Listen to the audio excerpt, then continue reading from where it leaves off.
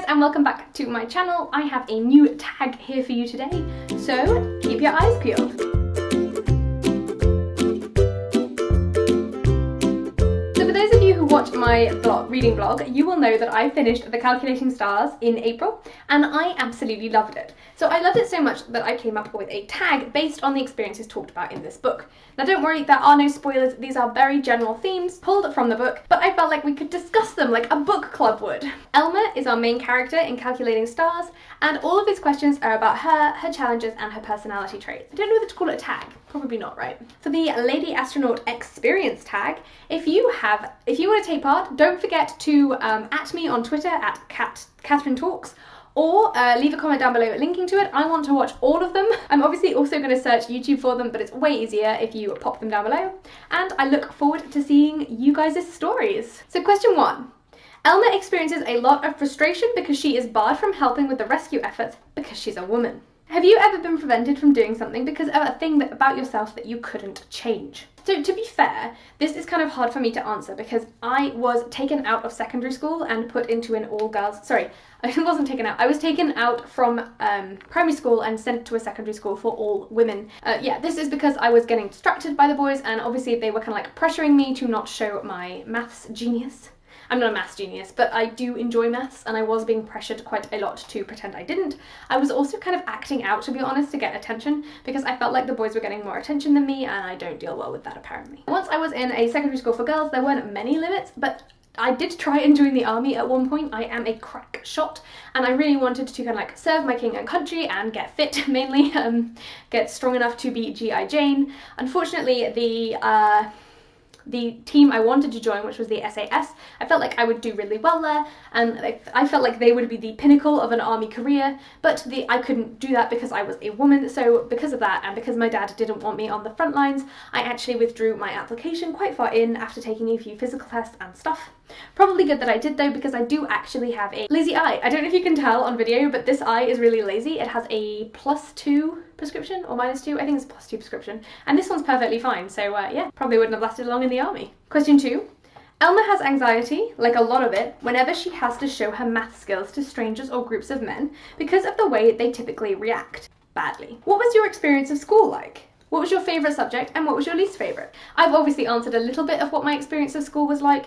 I went to an all-girls school. I actually boarded there because of some trouble in the family at the time. They became my second family in many ways. Like, some of the girls that I made friends with there I still talk to weekly or monthly. Obviously I moved countries, and because I went to a boarding school, a lot of my friends come from off-sea, not the UK anyway, so a lot of my friends come from Hong Kong. In fact, the majority of my friends came from Hong Kong, Malaysia, Canada, various places in the world. There was one girl from Thailand, so it's kind of hard for any of us to really stay in contact after school. I mean, obviously everyone who lives in Hong Kong and Thailand can, but from Europe it's a little harder.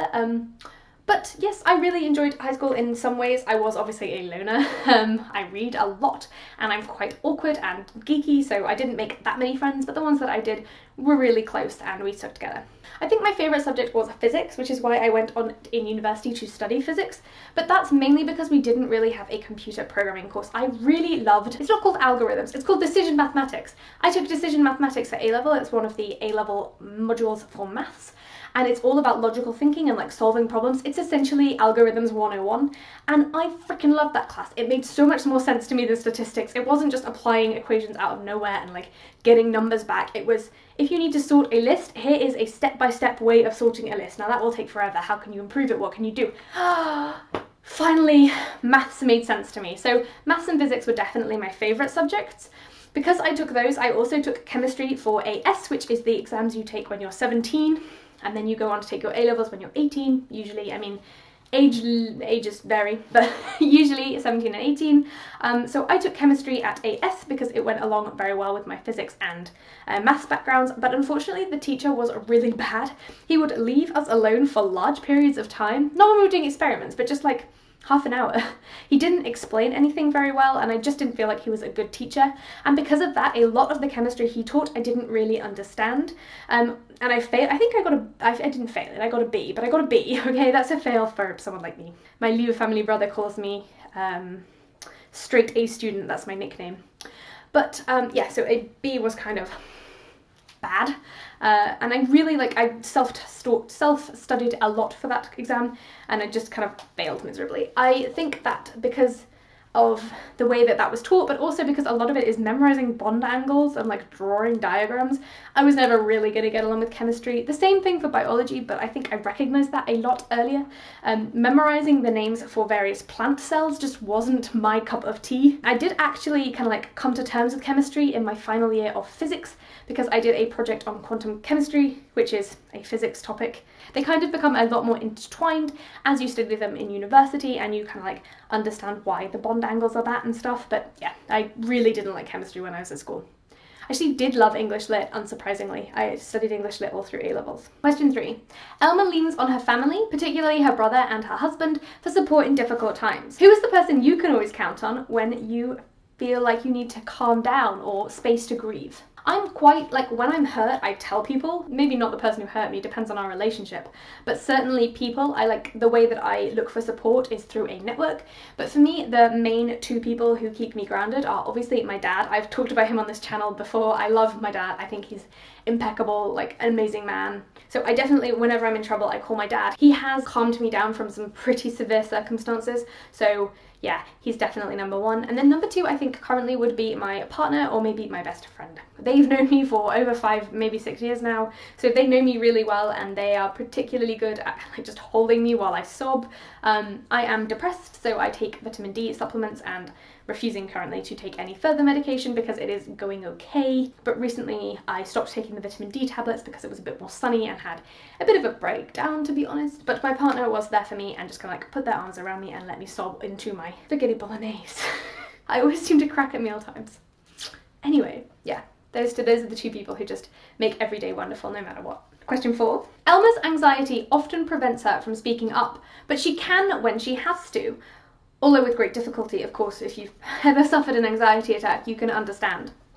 What was one time where you forced yourself to go through something despite the challenges that you faced? Probably auditioning, actually, for Frankenstein, which was a performance I was in London. I was the maid, if anyone cares.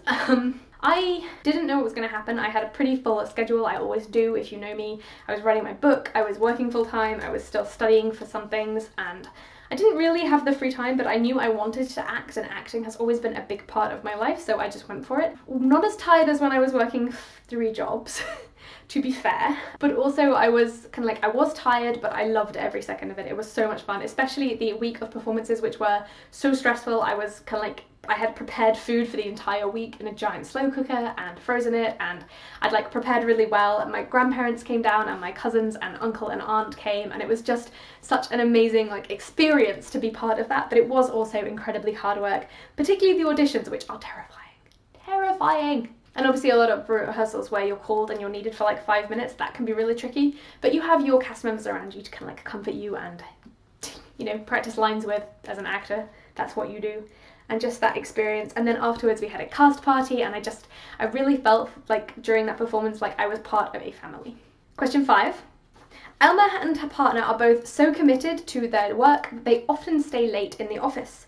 What is something that you poured far more hours than you ought to into, and how did it turn out? I mean, my life in general, I'm a workaholic, and I don't think that's not apparent in this YouTube channel. I tend to take on more than I should in general. I mean, right now I'm writing a book, I'm part of booktube, I'm starting a startup, and I'm working a full-time job. I'm transitioning between 2 jobs, so I'm actually working more than a full-time job right now. On top of being a human and having needs and desires. But I think one in particular would be when I was new-ish to the team at my old company, which was an amazing place. I loved working there. Every second that I was there was an absolute joy. Not every second, but honestly, working there wasn't working. It was just doing things for fun. But I remember there was a big release which we hadn't been told about in advance that they wanted our feature in, and I had to work 2 weekends in a row, or had to, but I volunteered to work 2 weekends in a row, and I was able to get that feature off the ground. We did get pizza, but I was really proud when we were actually able to produce that feature for customers. Customers loved it, and we got feedback almost instantly that it was so useful for for them, and how much they appreciated the time we had poured in. But I definitely should not have worked those weekends. That was 2 weeks of very late nights, but it was definitely worth it. Question 6. What hobby, other than reading or writing, would you most want to turn into a career? I mean, acting. Obviously, I've already talked about it. I would love to act. I really enjoy pretending. I will pretend around my house, like I wear pearls around my head and pretend that I'm some fairy princess sometimes. Not embarrassing at all. But yeah, I would love that. I would also love if I could somehow turn cross-stitching into a career. I really enjoy cross-stitching and sewing in general. I sew things, I've sewed a dress, which you might see when we go back to England, who knows. I just really enjoy working with my hands in that way, but I think my hands would cramp, to be honest, so probably the acting thing. And I guess also if I could get my hobby for tea to make somehow money for me, that would be great. I did consider setting up an English export business here, but someone already had it covered, so I feel like I would be a competing English export business, which isn't as fun. But just kind of like getting Yorkshire tea and Farrah's toffee and things like that, and fudge. I miss fudge. Shipped to Sweden would make my life so much easier, like Ransome pickle. This is just my shopping list now. But yeah, so that. And English sausages. I miss English sausages so much. Like, I turn every discussion into a food discussion, but English sausages are, like, you have no idea how much joy there is in an English sausage if you've never had one. They're probably very unhealthy. Question 7. Think of the kids. What did you want to be when you grew up? So there is a funny story in this one, actually. So I wanted to be a ballerina, of course, and a lorry driver. So my grandparents said I would never be a ballerina because I didn't practice enough, which is true, and I'd started when I was 14, which is also fair, and I, you know, was chubby, which is a fair comment. Like, ballerinas aren't chubby, but I mean, not very nice for my self-esteem. So then I said I wanted to be a lorry driver. Now, I wanted to be a lorry driver, look at my expression. I wanted to be a lorry driver because I wanted to use the ham radio to say things like, hello, this is Cat Talks over on lane blah blah blah blah blah. I wanted that. I don't know why I thought that was so cool. I still do. I think it's because my dad used to watch these heist movies where they had a contingency of lorry drivers like trap a police car in a moving slow blockade thing. But I just thought that was the most fantastic job in the world, and I kind of still do, but I don't think I would like to drive that long. I actually have a driving narcolepsy, which means I fall asleep at the wheel if I am not kind of like aware of myself and I don't have someone or something to distract me. Like, because I know that is a trigger for me, I have contingency plans, but I still try not to drive more than an hour and a half or 2 hours in a row, because falling asleep at the wheel is definitely not fun. And then after that, I told people that I wanted to be a bannister. Obviously, I meant a barrister, like a lawyer. In the UK, we have lawyers and then we have barristers, not banisters, which are the things you hold while you go down the stairs. I also wanted to be, for a long time, a marine biologist, but that was because someone had told me that if you are a marine biologist, you work for oil companies and you become super, super, super rich. But I actually wanted to become a marine biologist to study sponges, so I don't think that would have gotten me very rich. Alright, that is all 7 questions of the Lady Astronaut conversation tag.